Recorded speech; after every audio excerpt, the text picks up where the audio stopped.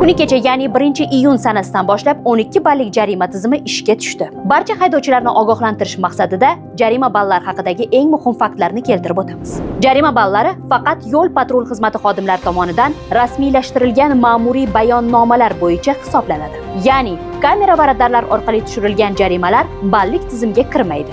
Jarima ballari E-jarima.uz moduli orqali inson omilisiz avtomatlashtirilgan holda hisoblab boriladi. Ya'ni tushgan jarimalarni shu modulda tekshirib borishingiz mumkin. Bundan tashqari, mobil aloqa vositalariga ham SMS xabar sifatida yuboriladi. Agar haydovchilar oxirgi huquqbuzarlik uchun jarima ballari qo'llanilgan vaqtdan boshlab 6 oy mobaynida qoidabuzarlik sodir qilmasa, uning jarima ballidan 2 ball ayirib tashlanadi. Jarima ballar 8 ballga yetganda rasmiy ravishda ham ogohlantiriladi. Keyingi yil shu kunga qadar ballar 12 ballga yetmasa, jarima ballarini hisoblash yangidan boshlanadi. Ya'ni eski yildagi ballar bekor qilinadi.